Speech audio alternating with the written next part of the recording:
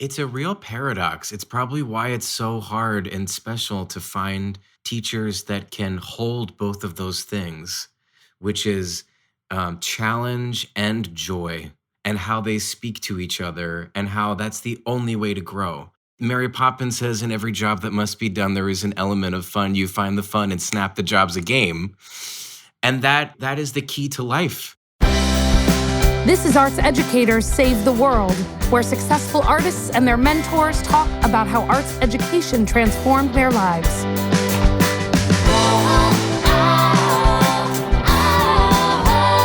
Hey, welcome back, Alec. It is so good to be talking to you again. Fantastic to be back. I'm glad that we're getting this train rolling again. For our new listeners, welcome. We are so glad that you are here with us. For our returning friends, welcome back. We are delighted that we are changing our format from a season format to an always-on format. But if you are new, fear not. You can check out our back catalog of 22 incredible interviews of artists and their mentors talking about arts education. We've got double EGOT winner Robert Lopez of Frozen and Book of Mormon fame. We've got producer Doug's favorite guest, MacArthur Genius Grant winner and ceramicist Bill Strickland. We've got memoirist and #1 podcast host Chelsea Devantez.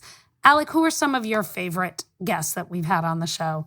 I've enjoyed our Broadway run, which started fairly strong with Lin-Manuel Miranda. I've heard of him. Who some of our guests may have heard of. Annalie Ashford and Josh Radnor. For me, Bradley Whitford, we had the same theater teacher, and that was just an incredible experience to be able to talk about him. So check out those early episodes. And, we get these folks together with their mentors. Some of them kept up with their mentors over the years. Some of them, they haven't spoken in literally decades. We did this show so that there could be a love fest with these artists and their teachers, and it's really what it turned into. And I think that shows in their voices and in these talks we've gotten to have with them. And so we are going to kick off with an unbelievable guest. Theater, movies, TV, he's done it all. Jonathan Groff is such a gem of a human being, and he and his elementary school music teacher, Linda Tuff, gave us a delightful hour of their time where I could not believe how many specific memories they had of their work from 30 years ago. Jonathan is so connected to those early experiences in the arts as the foundation for his life as a learner.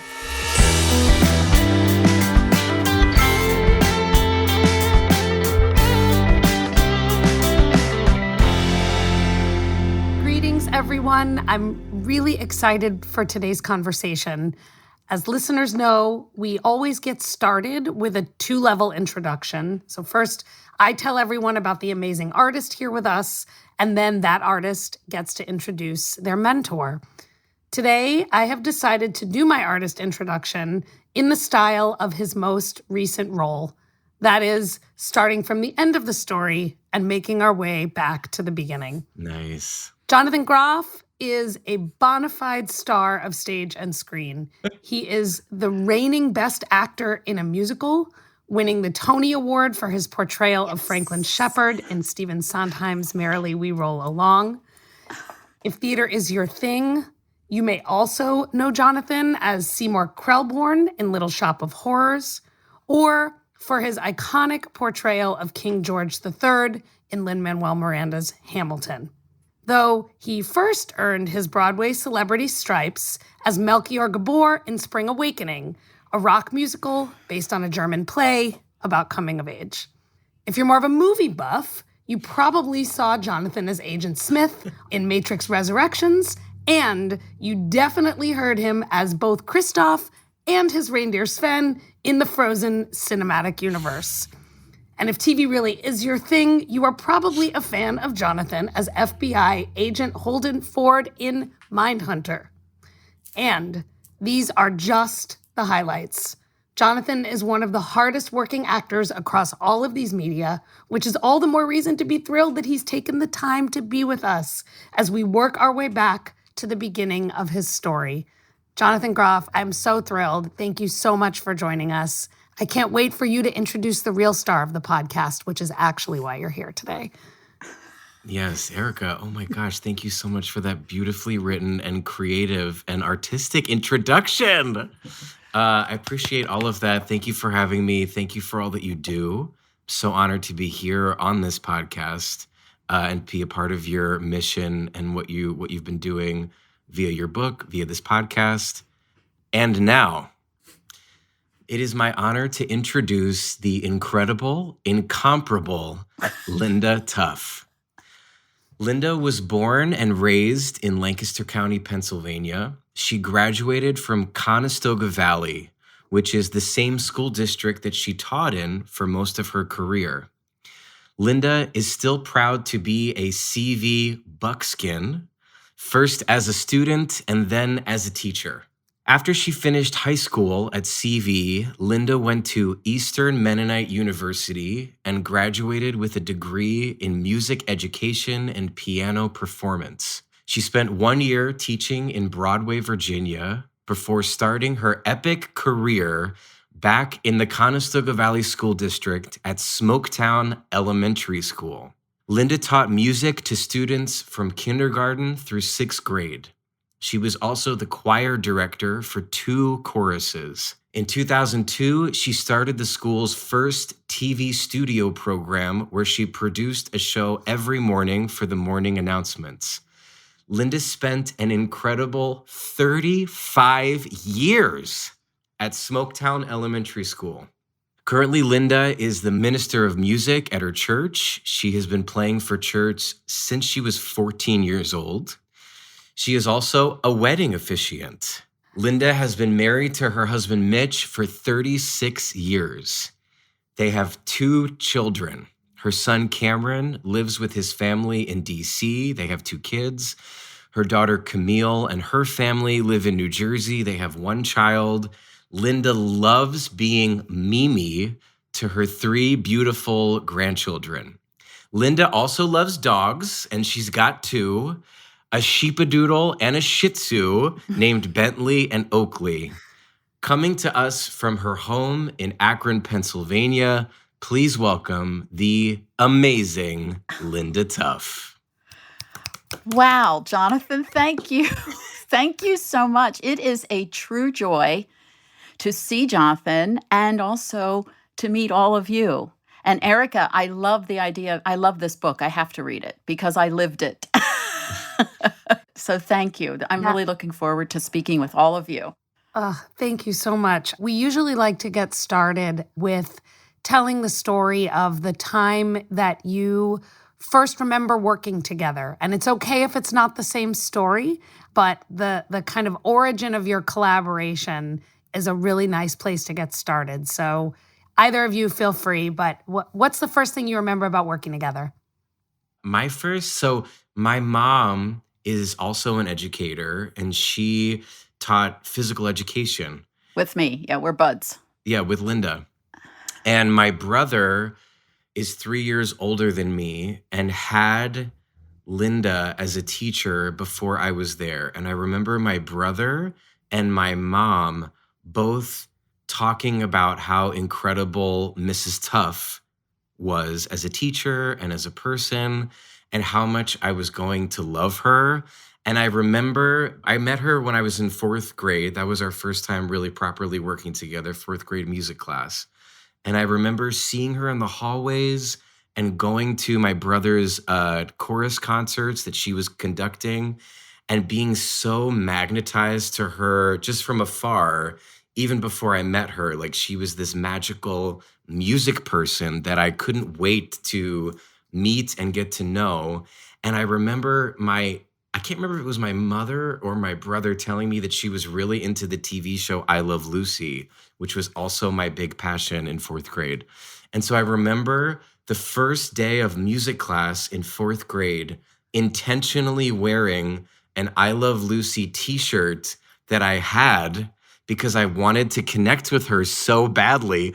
And I remember her going around the room to, everyone had to say their name on the first day of music class, and sitting back in my chair and like projecting my chest forward so that she could see my I Love Lucy shirt, because I so desperately wanted her to like me and to connect with her. And she did. And she was like, "Oh, Jonathan, you like it was like my plan had worked as a fourth grader. And it was that was to me the beginning of our connection. I was really forcing it and I was very extra." Yeah, but then we did the Vitamita Vegemin skit, remember? Hello, I'm your Vitamita Vegemin girl. Are you tired? And we would do this together. Because that's a Lucy skit. Yes. I do remember that. And I also remember your first performance was in the talent show in fourth grade, where you sang the Christmas song, the Hawaiian one. Kaliki Maka is the thing you say. Yes.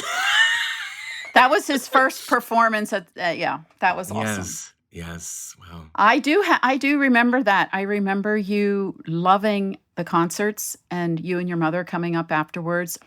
My chorus didn't just sing. We did a lot of movements. We did songs that were upbeat and got the kids really involved, because that's what I wanted to have them do, to love chorus, not be bored up there. Then I was waiting for him to come into my class. At this time, I was part-time teaching because my children were babies. And so I didn't have Jonathan from kindergarten on up, which I wish I would have. But so I started with him in fourth grade. It was a remarkable 3 years. He's amazing. I mean, you have a student that comes in, and I love them all, but I really loved having Jonathan in my class. And then I knew his mom so well, and Jonathan just loved learning. He loved everything we did. And of course, he was mega talented.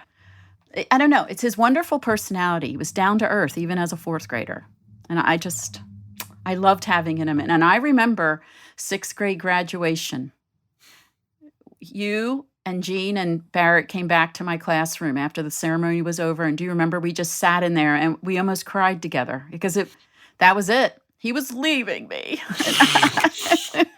I was so sad, but I had a great 3 years. And when we had many performances together, many, many. And I just loved being his teacher.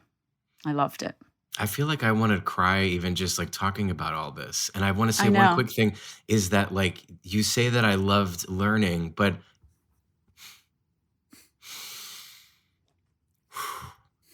you made me love learning. Oh, thank you. Thank you so much. Because you did love it. You did. You loved learning, and you had that special spark. And it was just so amazing. And chorus was so much fun with you. You got all the solos, remember? And that was on purpose. It was just really a great time. I don't even know how to put it into words. It's just so amazing. Can I ask about this, not to be sort of poking a stick in something emotional, but this idea of coming to love learning? Jonathan, can you say what that means to you? In other words, was it music? Have you always loved to express yourself musically? Or was it the way that Linda engaged you as a 9-year-old person with music? Not to be a nerd, but can we unpack that idea a little bit of, like, what does it mean to come to love learning? Yeah. It's that magical thing that happens with certain educators. Sometimes there's a star person, there's a charismatic person that it's like you go from seeing in black and white to seeing in color. And I always loved music, and I always liked singing, and I always liked performing. But I had music lessons before. I had been singing before, whether it was church or with other people in school. But there was a way that Linda and a few of my other teachers, whether it was something, it was a math teacher that I had, Mrs. Callahan, or it was Sue Fisher in 8th grade, a drama teacher. There's a certain handful of teachers that do this magical thing where they can meet any student where they are at on their particular journey. And if the student is open to it, it's like they're like Mary Poppins, or it is magical like that. It's like they have this magical ability, and Linda is the queen of this, to take students where they are and then lift them up.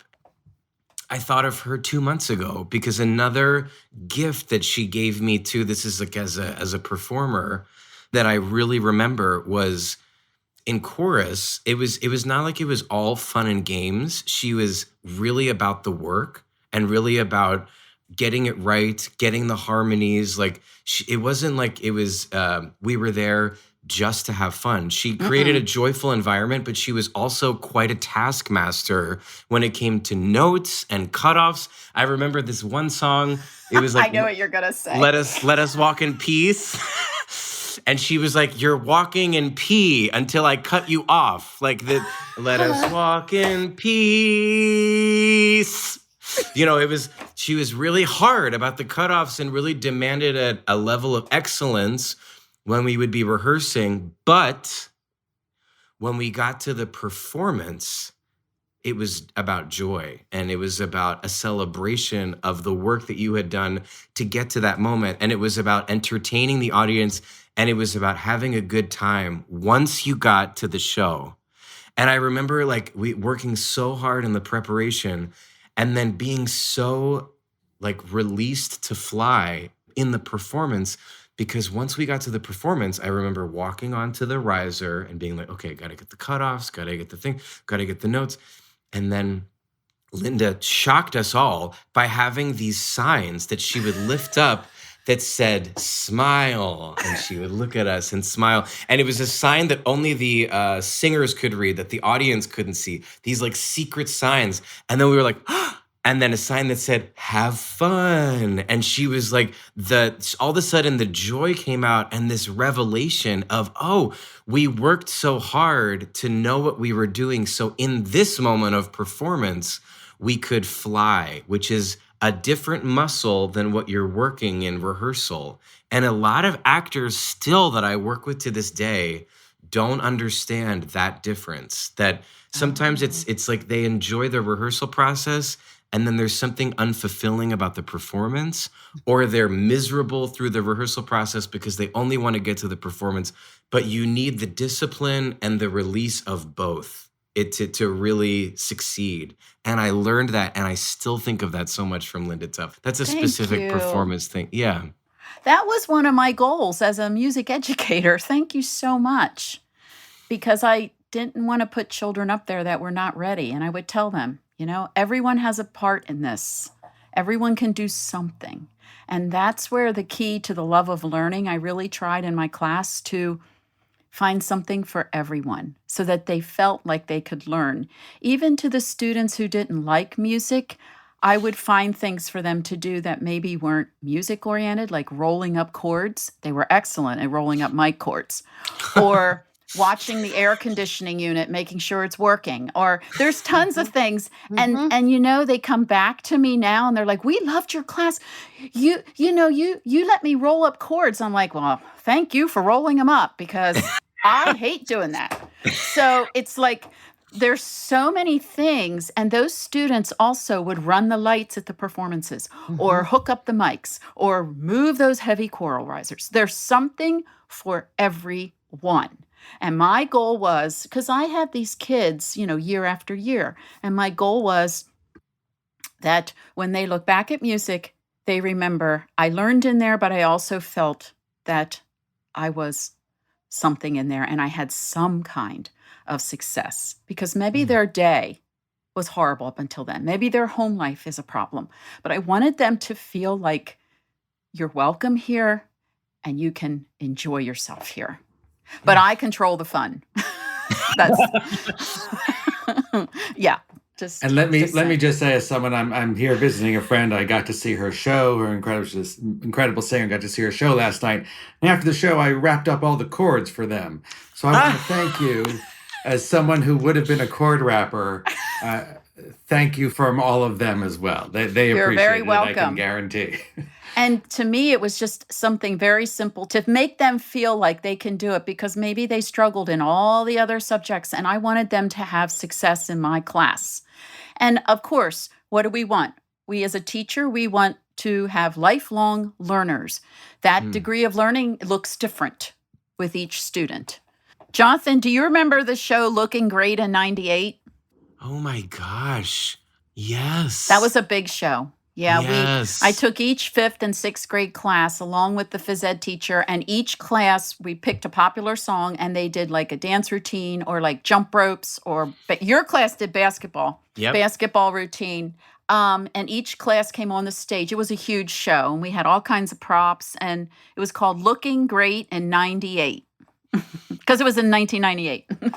And in our version, I remember we did, and this is another example of you bringing in music and involving people that maybe music wasn't their quote unquote thing that they thought they were good at. But in that performance that I really remember from 6th grade that was part of that kind of talent show thing was our class, like you said, it was basketball. To Space Jam theme. To Space Jam, which was the big movie that year. And it was like everybody, I'm not good at basketball, but it's music, so I can throw a basketball on the beat. And it was this fusion, you and Lori Greiner, the amazing gym teacher, like bringing together physical education and music, which we think of as opposing forces. But the fact that you brought those two things together in your school was so profound and so deep. And the way that it allowed me to feel good at phys ed and allowed the kids that were good at sports to feel good at music, and the way that it brought us together as a class and as a community, and the teamwork and the amplification of everybody's talents. It's like a movie or a TV show. Like, it sounds corny, but the way that you brought those things together was so profound and so deep, and created friendships and bonds that wouldn't have happened otherwise. But that's the quality, the essential quality that I'm talking about these educators that go above and beyond, which is not your technical job requirement. It is not your job requirement to teach life. That was your choice. That was what you brought into that room and into all of our lives. That is what changes our lives and changes who we are as a world, as a society. It's like the teachers like that do that, getting paid, nothing, that are just doing that out of the goodness of their souls and hearts, it's like the most essential job. And to choose to go above and beyond is just like such a privilege to all of the kids. It's such a gift. Thank you so much. I just wanted to say one more thing. My music class was a combination of phys ed and music all the time, because we did exercises to music. I believe I'm really a big proponent of movement, and then also letting the children create movements and create routines. We did dance routines all the time that the kids created. I think that is so important. So that was a big thing as well. But more importantly, music isn't just music. They have to learn how to be good humans. That was my goal. And Jonathan is one of the best humans. I remember when he won Best Human last year. It was a really nice award. That was a good. Good. He deserves it. He definitely deserves it. Did you learn all these things in teacher school, or no? No. Great question. Okay. Well, you mean I learned the academic behind teaching music and being an educator, because when you're in music ed, you also have to take all the education classes. I learned, and then with piano performance, of course, I honed my skills to the best they will ever be. And then, of course, in student teaching is when you're in the trenches now. Now it's like, now here we go. And that's where you really learn the job, because you have to handle the classroom, because the colleges, when I was in school, discipline of classroom structure wasn't even really discussed. And that's huge. Teachers need that. So as a student teacher, you learn that then from your co-op. And then when I became a teacher, I would teach my student teachers about classroom structure. But I learned through experience, and you learn what works and what doesn't. And not everything works for every single child or every single class. The one thing about teaching is it's never boring. And don't teach with that glass barrier in front of you. Where I'm the teacher, you're the student, and blah, blah, blah, blah, blah. You know what I'm trying to say?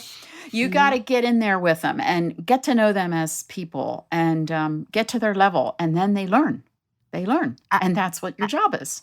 I think it's so fascinating to hear you articulate sort of how you came to be the kind of teacher that you are, because, so many of the things that Jonathan mentioned, for example, having a culture of high expectations, right? Which is a sort of fancy version of what I heard you saying around like, no, we're not just singing songs for fun. Like, we're learning to be a practicing choir that has particular qualities that make it a good version of what it is, right? So having a culture of high expectations, connecting to the cultural assets that kids bring with them into the classroom, this kind of what I would call, well, I wouldn't call it this, what scholars would call kind of legitimate peripheral participation, what I would call like there's lots of jobs you can do in art making and all of them are important.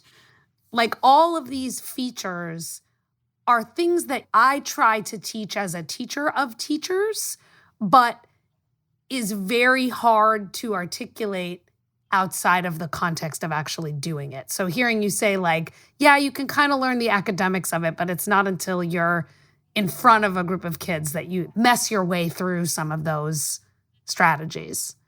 Well, sort of. I do remember in college, my one education professor, she would have a Sunday night get together at her house. And it was just snacks and stuff. And she was the education professor. And she was a music educator before she became a college professor.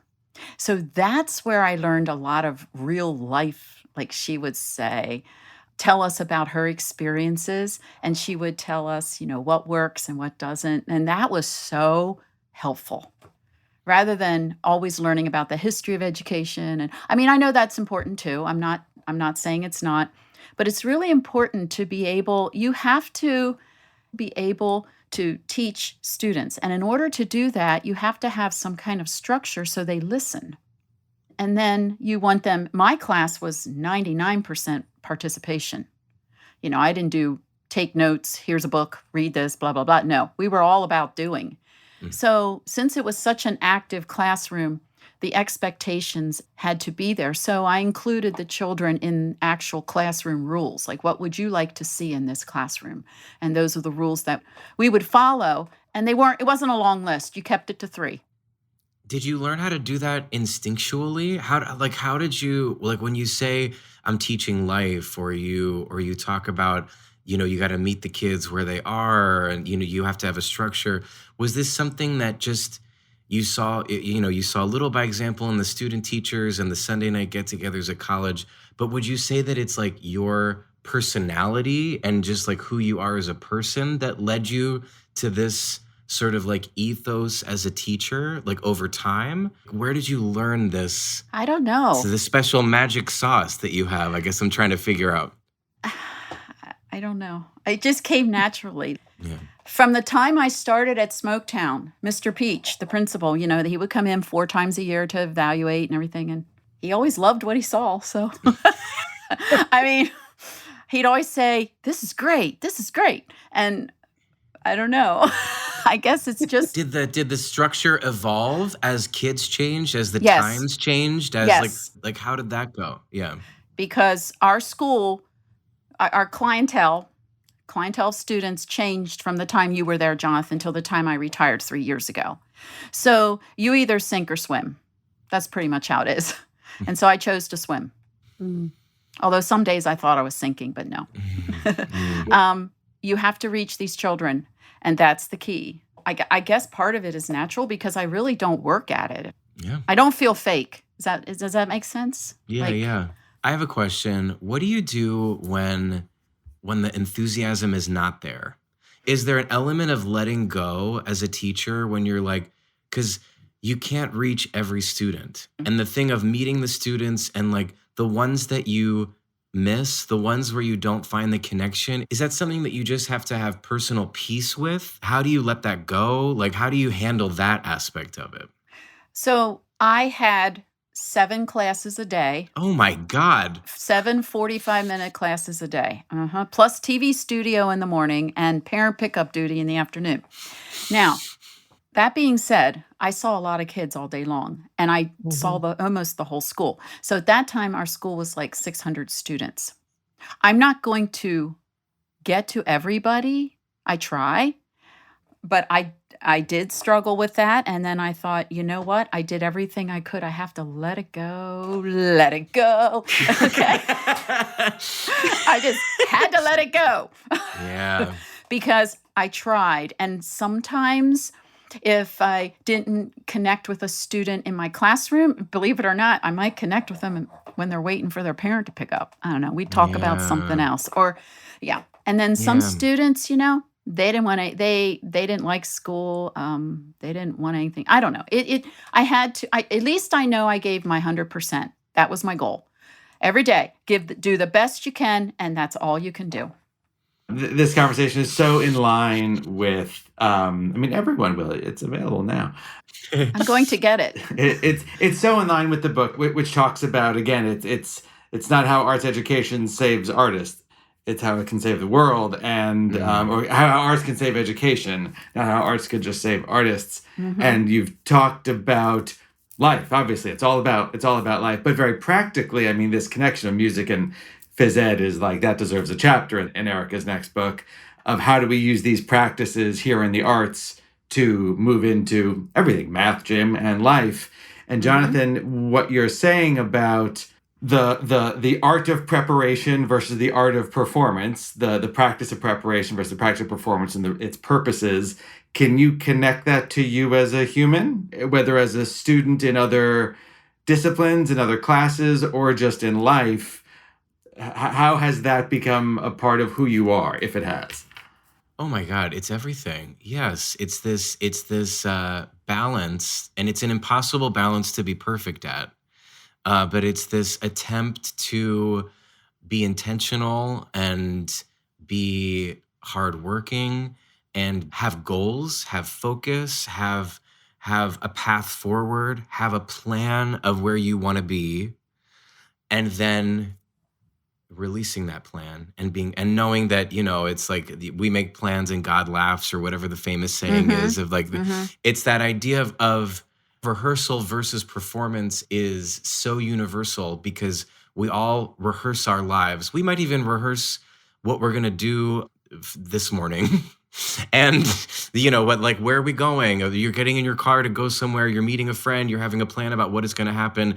And then of course, every moment of every day is not how we planned it. So it's impossible balance of preparation meeting reality, but that this kindness with yourself of you're in the performance and it's not going to be perfect. And so having in the performance of life, whether it's a romantic relationship, a friendship, you're at your job, you're a teacher who's not reaching a student, there's always going to be pieces of the puzzle that aren't adding up in the perfect world of what you would like to happen.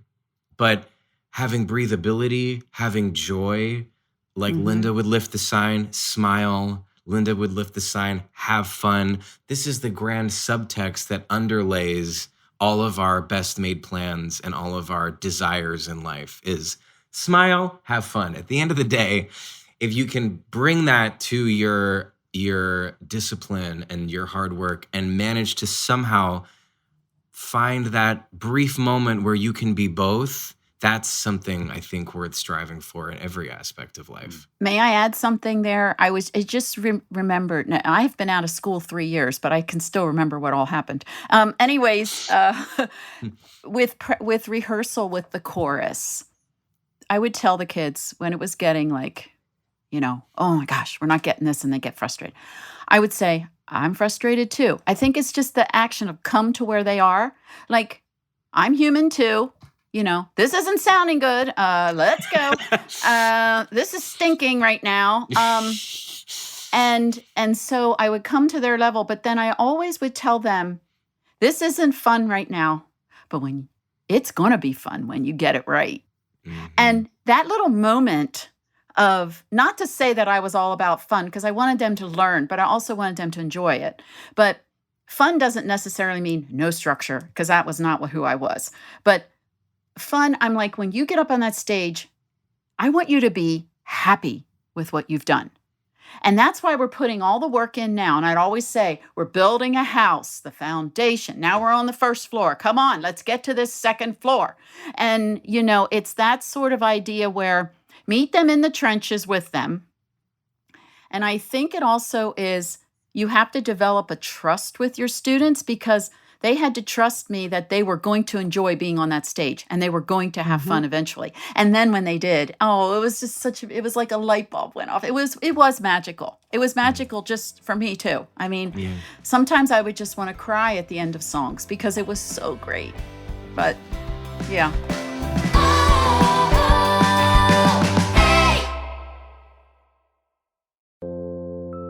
My name is Graham Isidore.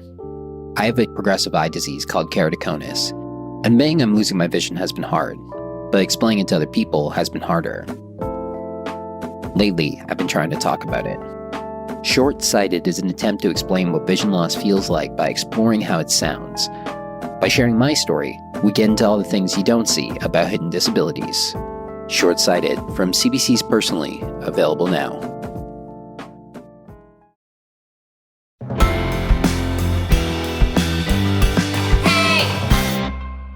I often talk about the importance of scaffolding risk-taking, both for learning in general, but also specifically how different kinds of art making provide that scaffolding, right? So rehearsals with respect to choral music, being among other people who are singing the same parts you are, having particular forms of performance that maybe take you up to the part where you're standing in front of a group of strangers.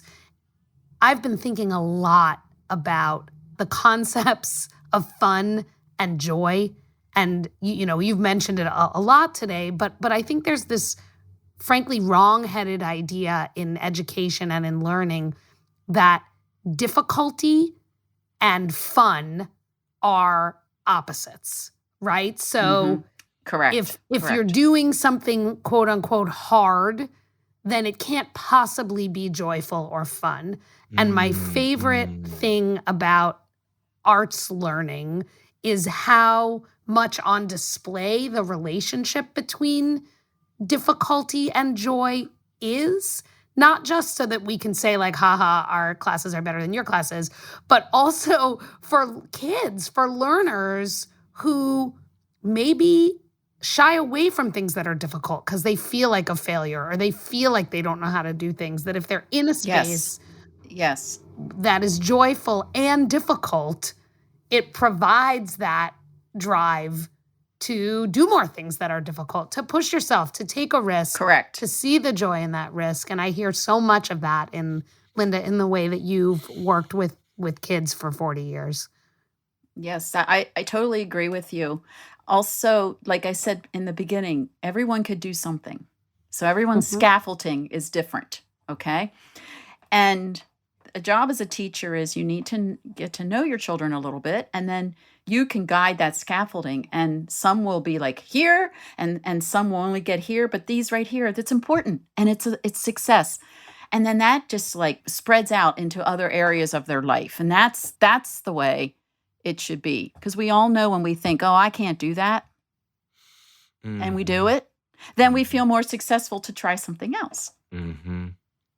It's a real paradox. It's probably why it's so hard and special to find teachers that can hold both of those things, which is challenge and joy, and how they speak to each other, and how that's the only way to grow. Mary Poppins says, in every job that must be done, there is an element of fun. You find the fun and snap the job's a game. And that is the key to life. That meeting kids, which Linda was such an expert at, which you said in the beginning, of when you can find where each student is on their journey and give them just enough to feel challenged, but not writing them off if they quote unquote can't do something, because there's always space for some kind of growth. But it takes that teacher to comprehend that very complex idea, to unlock it in the students. It's such a profound gift and privilege to be on the receiving end of someone that's going to challenge you and celebrate you simultaneously. It's everything, and it's such a hard concept to understand. Mm-hmm. That's interesting. Yeah. Well, thank you. I tried to do that, so I'm glad I succeeded. I always tell the kids in chorus, you know what? No one's getting benched here. This isn't a sports team where you're second string, third string. You are all first string. Everybody in this chorus. And the boys, especially the boys that were really into sports, they enjoyed being in chorus, and I loved that. Because it wasn't like, oh, chorus is just for girls. No, it was for everybody. And I would say, you're not being benched here, and then sometimes if they weren't doing what I was saying, I would be like, I really wish I could bench you, but I won't. And so again, connecting. It's all about connecting. I wonder if you all have this. I definitely, I don't want to say only get joy from the difficult things, and I guess maybe I've always thought this was an illness, but or I guess I just learned correctly. But that is absolutely. I'm just thinking about this. Maybe for the first time here on this podcast, so thank you for that. But as an artist for whom that was always true in the learning portions, it's absolutely what I look for. I can't wait to be on set doing something impossible. That's the best part. Why would you want to be anywhere else? Is that I see a lot, Jonathan? I'm getting a lot of nodding from Jonathan. Is that true in your life? Yes, it's another paradox, because I struggle with the phrase "no pain, no gain," because we don't want people to torture themselves. There can be a self-destructive aspect to, like, this hurts, so it must be doing me good, and that's not always the answer. But growth is always painful. Growth is whether it's emotional growth, physical growth, there is an element of at the very least uncomfortableness, and having a teacher that can contain a space for you to feel uncomfortable and make that okay, whether that's by their support of that feeling, whether that's by hitting that note or standing in front of a group of people and not and having it be a success, not a failure, that can push you through that feeling of being uncomfortable. But people destroy their lives to avoid feeling uncomfortable. Yes. And feeling, I don't know if it's so far as pain, but it sometimes is also extremely painful to grow. But yeah, there's always that element in order to evolve. You're never not going to be dealt with discomfort. I really do think that some of that too is the way you are raised by your parents. Like, Jonathan, your parents were realistic and they work hard at their jobs, and you saw that work ethic. And I raised my kids too. You don't give up. We're not giving up. Give up is not an option. And, sometimes parents tend to coddle too much and, like, oh, that's painful, so we're not going to do that. But sometimes they need a little urging. You got to experience a little bit of the frustration, because that's when you grow. Mm-hmm. That is when you grow. You are so correct. I understand. Alec, I understand exactly what you're saying. The challenge is there and you think, but when you do it, it's like you look forward to that growth. Yes. Right. Yes. And those nerves that I had a young girl ask me the other day, like, her mom actually asked on behalf of her, and she was standing there, she has stage fright, but she loves to perform. What do you say? And I just what you said, Linda, that heart racing, that shaking hand, that nervous mouth. I still get it. Me too. I get that dry mouth, that whatever. This is not something to run away from. Embrace it. Embrace it. It's a sign of growth. We're growing. This is evolution. This is a great sign. This is a green light. Again, I don't want to promote self-destruction, But when it comes to these things like nerves, anxiety, fear, uncomfort on the path to growth, these are great green flags that you are on the right path. That confusion, that discomfort, that strange feeling, that heart racing is like the two thumbs up that you're heading somewhere that's really exciting. Work It's heading past somewhere it. new. Yeah. But that's not always easy, but yes, you are correct. Work past it. You can do it. That was one of my signs that I held up too. It said, you can do it. You can do it. Yeah, I remember that one. Yep. Got that from Nike. Have any of you heard the phrase, the zone of proximal development? Linda, I might imagine you have heard that before. No? No. So the great developmental psychologist, Lev Vygotsky, who is one of the kind of foundational developmental psychologists in education, gets critiqued a lot because it turns out that most of the research he did was on his own children. So people tend to feel a little funny about making claims based on, hey, I worked with my 2 kids and here's what happened. But he had this idea that the ideal space for learning is just beyond what a kid can do independently. So the zone of proximal development is the space where you can do work that requires connection and assistance, not so much that you feel like you're not making the leap yourself, but not so little that it's something that you already can do. And this conversation sort of strikes me as like, how do you work in the zone of proximal development? Jonathan, I think the no pain, no gain a little bit is like, well, a lot of times when we're quote unquote out of school or not with a teacher, you feel like you have to do that yourself. And that can be really alienating to say, like, how do I push myself beyond what I'm capable of by myself, right? But a good teacher lets you kind of sit in that space of discomfort, but with the knowledge that there's assistance or there's collaboration kind of in that space. That is so well articulated. Yeah, I feel that. It has a name. I didn't know it had a name. I can come up with a 50-cent name for almost anything in education. It's a gift. That's awesome. In what ways did you continue to have a relationship beyond 6th grade?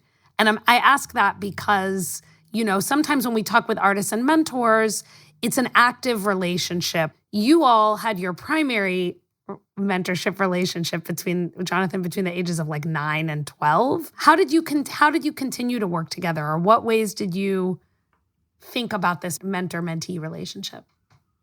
The first one practical thing that happened that I remember, I don't know if you remember this, Linda, but Linda and I stopped being direct teacher-student once I graduated from 6th grade, and she talked about the moment where we're in the room. Sad day. Emotional. Sad day.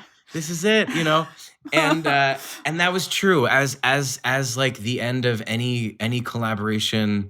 You know, the time comes when life happens and you get older, whatever, you graduate. And yet, as I spoke to, like, the things I learned still stay within me. I would go and visit her in the classroom. Oh, I loved it.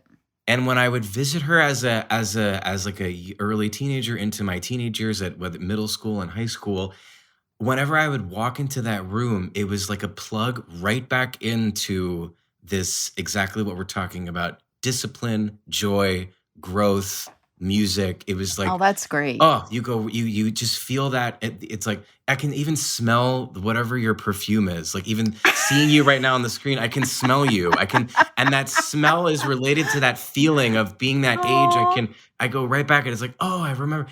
And then when I was a freshman in high school, I was gonna audition for. So now I was 14. And I was going to audition for the local community theater production of Peter Pan. And I contacted, even though I had many teachers, you know, in the middle school, early high school, I contacted Linda Tuff. And thinking about it subconsciously, why didn't I ask a fellow student that played the piano, my current high school choral teacher who I also really enjoyed, or my middle school choir teacher who I also really enjoyed, I contacted Linda Tuff to if I could go to her classroom and go through this song. I don't know why I chose to go against type for my first ever audition for a musical and sing If I Were a Rich Man from If I Fiddler on the were a rich Roof. man. But Da, da, da, da, da, yeah. da, da, da. And I think there was something about I was so scared to audition. It was the first time I had ever auditioned for a musical. And I could have brought it to my high school choir teacher to help me or the middle school. But there was something about the safety of going back to Linda, who wouldn't bat an eye there's like anything goes when you're in fourth and fifth and sixth grade. There's no right or wrong thing to sing. She created an environment at that age, at that essential age, where everybody has a place. And so I think subconsciously I must have, out of like a deep fear that I was feeling of like, is this the right or wrong thing? I don't know. Let me go back to Linda Tuff, who is pure joy and technique and non-judgment, and go and tap into my fourth grade self wearing the I Love Lucy shirt. Because at this point I'm through puberty. It's like, I'm in a different place now. And she helped prepare me for that audition. And I got Curly the Lost Boy from that audition, which was the first theatrical thing. So that was even as a young teenager, years outside of the elementary school classroom, I went back and she helped me. And then would go visit all the time through the years, and Linda's come and seen me in shows through the years, and we've stayed connected that way. And my mom and Linda taught together for many years. And we're friends. We'd go down to the farm with the horses in the pool. Yes. Also, do you remember when you had your first audition in New York City? Mm-hmm. Yep. And I had an old cassette recorder, and I think you did If I Was a Rich Man there too, didn't you? I Or did. no? You played me. I don't remember. Anyways, from the Soon It's Gonna Rain from the Fantastics. So that's what you played. Yep. Okay. I did his accompaniment. So he goes into this audition, and I remember his mom calls me from the audition line. And I'm in school, but I took it because I knew he was having this big audition it was for Sound of Music. It was his first big thing after high school graduation. And she goes, "Oh my word, everybody has portfolios and everybody has agents. And here we stand with our little cassette tape." Yes. Practicing to your accompaniment. Yes. And Jonathan got the part. Yep. And that was the beginning. You know? I didn't go to college. I went on the road with the Sound of Music. It was a huge life-changing moment. I want to finish with a little story that is kind of an incredible wrapping for this, which is, Jonathan, I'm confirming we have never met before. Linda, we have never met before. But in the Arts Educators Save the World cinematic universe, I have to share with you that the very first episode that we did of this podcast, and essentially the foundation for it, was Alec and I went to the same elementary school. We had this elementary school music teacher who we also, Alec and I, are childhood friends of one Robert Lopez, who is our same year. Writer of Frozen, for our audience who is not making the automatic connection. So Bobby and Alec and I had the same elementary school music teacher who changed all of our lives. Bobby wrote original music when we were in our sixth grade graduation. We sang as a chorus the song that Bobby wrote for us.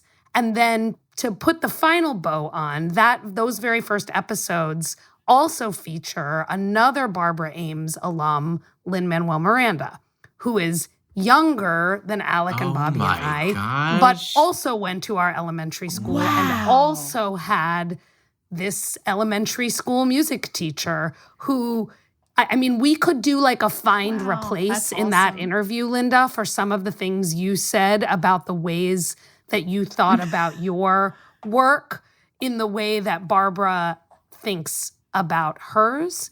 And I say we've never met because I think sometimes to listeners, these feel like just so stories. Like, oh, of course, you're talking, but Wow. you all are from Lancaster, Pennsylvania. We grew up in New York City.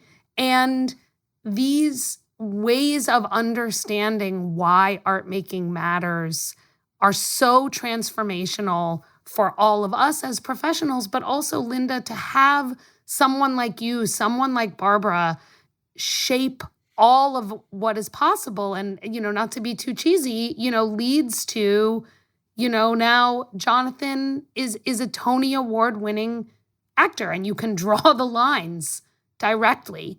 So I wanted to share that with you all as I've been kind of thinking about the magic of these relationships and these conversations and the gifts that we were all given to be, Linda, in your orbit and in Barbara Ames' orbit, and how that shapes our lives. I would love to sit down and have a conversation with her. The arts have a place, and unfortunately, We as really you're do. seeing now, I can't speak for private education because I'm public education, but we're easy to cut. We're an easy target. We're not on the PSSA testing. We're not on the big testing. And I have spent a lot of my career fighting for our programs. And so I would say, keep up the fight. I still do. Anytime I get a chance to speak to an administrator or a school board member, I'm there. I mean, arts are so important for education. Please don't look at us as something that you can cut. It's something you should keep because we make memories. We do. You don't remember that math test in 7th grade, Well, maybe you do if you did really bad or you did really well. But you remember what you did in other classes, and you remember how you felt as a human. And arts involve human. There's no other way to say it. It's the most beautiful part about being human because it's connected to love. It really is. And there's really nothing without, we're talking about Bobby and Lynn and I, like that we, went on to have these careers as artists, but it really is also just as essential for the people that haven't gone on to have careers as artists. Oh, exactly. The essential conversation that happens between sort of practical math, reading, learning, and the arts, that you can't have one without the other. Exactly. It goes together. It's a team effort. And, I was just reminded, my car went into the shop a few years ago, my other car, and the mechanic was a former Smoketown student. And that's where I taught Smoketown Elementary. And he was like, oh my gosh, I'm so glad to see you. And I'm like, I'm so glad you're working on my car. It's exciting. Yeah. I'm just thrilled that they learned about life and they're trying their best. And that's what it is. That's what the arts do. They push you. And I love it. I will just wrap up by thanking you both for your generous time today. Both of you have a lot of other things that you could be doing other than having this conversation with us. And it really, Linda, what your words about advocating for the importance of the arts in schools is exactly why we do this. And Jonathan, frankly, your presence is what brings people to hear the words that Linda has to say. So, you both play an equally crucial role in uplifting the importance of art making in our teaching and learning lives, which is exactly why we make this in the first place. So thank you both for spending time with us today. Thank you for having me, because it's so important.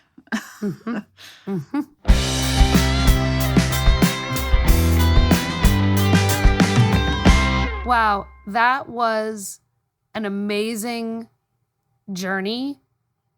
And I am so grateful. When you talk to a person who you realize is like so incredibly successful in their art form, and yet they remain so grounded and connected to not only the people who got them there, but to the idea that it's those early learning experiences that really still continue to shape everything they do. It's just such an inspiring conversation. And, I heard kind of 3 big ideas from both Linda and Jonathan that we talk a lot about in the design of schooling experiences that we don't need to belabor, but I want to just re-highlight as we're ending our time together. One was this idea of a culture of high expectations, which Linda talked a lot about, that, making things engaging and fun for kids is not about making them easy. It's about setting a cultural understanding that what we're doing is difficult, but we're going to do it together. Second was a lot of conversation about the importance of both the process and the product of art making. And I loved Jonathan's reflection about his experiences in the professional world with, look, there's so many people who hate rehearsals and love performance. And then there's also people who love rehearsals and hate performance. And for him, the relationship between those two is a direct result of his education as an artist. And I think he even says is part of what makes him so successful, that he can move between process and product and appreciate what both of those aspects of art making have to offer him as a human being. And then the last one was this idea of meeting students where they are. I would call that kind of asset-based learning. You might call it like competency-based learning, or simply working with the people who are in the room with you, rather than saying, this is what we're going to accomplish regardless of who's here. And we heard that in a lot of different ways, but my favorite, because it resonates with the way I do whoop and soccer, but also, Alec, it resonated with you, was this idea that there are lots of jobs and they're all important. And part of the experience of the classroom is matching the kid to the job that is best suited to them to have a positive learning experience in the classroom. And so in the spirit of that, I have a question for you. You ready? Okay. Yes, I forgot we do this. Yes, let's do this. Let's do this. Yes, let's do it. It's been a long time. Brush the dust off.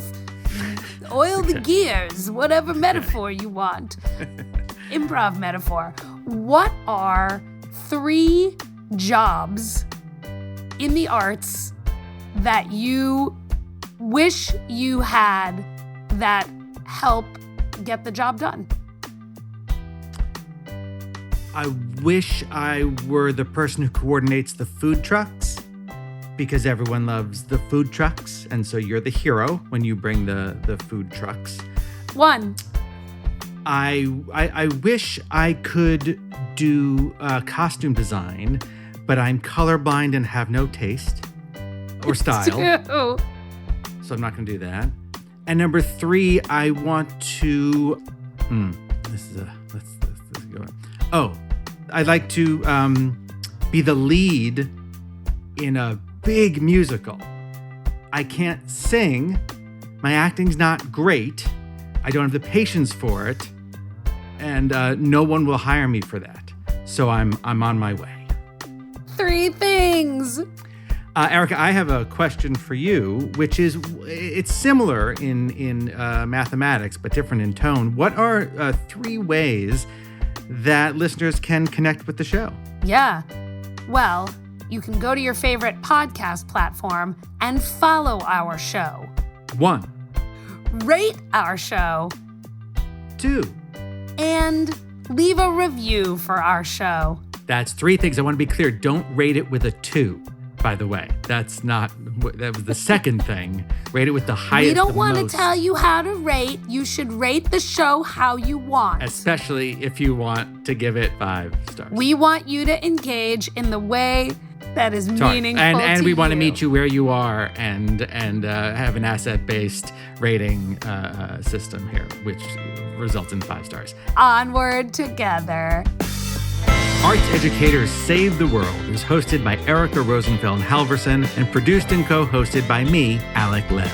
Our executive producer is Doug Matica, and our audio producer is Justin Asher. Special thanks to our collaborators, the brilliant and talented Kate Baldwin, and our great friends at Story Pirate Studios, Lee Overtree, Benjamin Salka, and Amy Fiore. Original music is by Dan Lipton, and our artwork is by Lyra Evans. Check out our website designed by Cole Locasio at www.artseducatorspodcast.com. We are on Instagram at Arts Educators Podcast, and you can write to us with your questions and comments at contact@artseducatorspodcast.com. You can also find us at a place called YouTube. And wherever you're listening, please remember to subscribe, rate, and review. It really helps the show. We're proud to be sponsored in part by the University of Wisconsin-Madison and the Gibb Faculty Fellowship. Arts Educators Save the World was created by Erica Rosenfeld Halverson and Alec Lev.